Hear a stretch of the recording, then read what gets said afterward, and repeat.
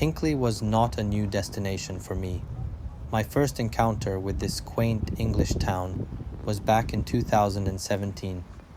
During that initial visit, I felt the familiar thrill of exploring uncharted territory, the excitement that often accompanies discovering a place for the first time. However, as I returned to Hinckley this time, that sense of novelty was notably absent. The town, once fresh and mysterious, now felt like a well-worn path, familiar, but lacking the spark of my first encounter. In 2017, the steep descent down Castle Road left a strong impression on me. It was a journey that etched itself into my memory as the defining entrance into Hinckley.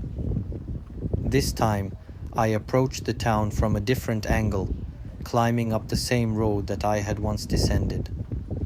The contrast between my first and current experiences was striking, yet it was comforting in a way, as if the town had invited me to see it from a new perspective.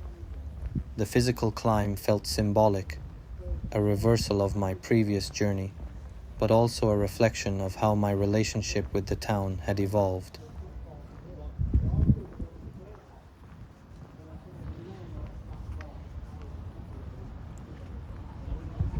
One of my cherished spots in Hinckley has always been the Age UK charity shop. It's a place that consistently surprises me with its selection of books, treasures waiting to be discovered on each visit. There's something deeply satisfying about finding a good book in a charity shop, a sense of connection with those who came before you.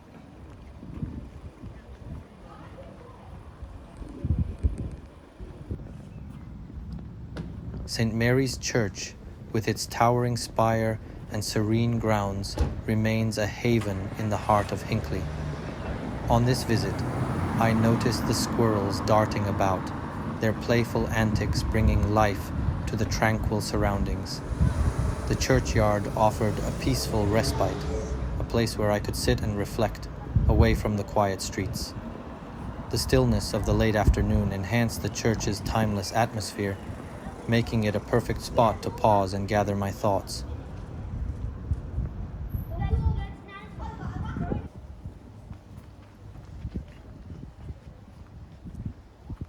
I arrived in Hinckley in the late afternoon, and the town was unusually quiet. The sun was casting long shadows across the streets, bathing everything in a soft golden light that only spring can bring. While the serene atmosphere was pleasant, I couldn't help but feel a twinge of disappointment. Having just come from Nuneaton, which was bustling with activity, Hinckley's quietness felt almost anticlimactic.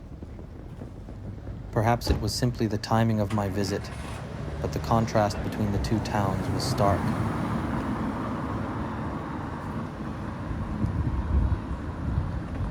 Regent Street, with its array of quirky shops, has always intrigued me.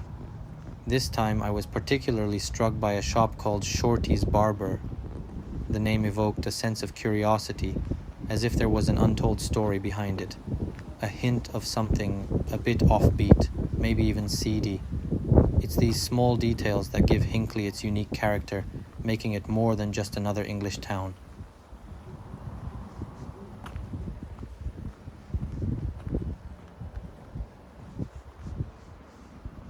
In past visits, I've always made a point to stop by the URC Church bookshop, a place where I've found some real gems over the years. However, on this visit, I had to forego that tradition because of my timing.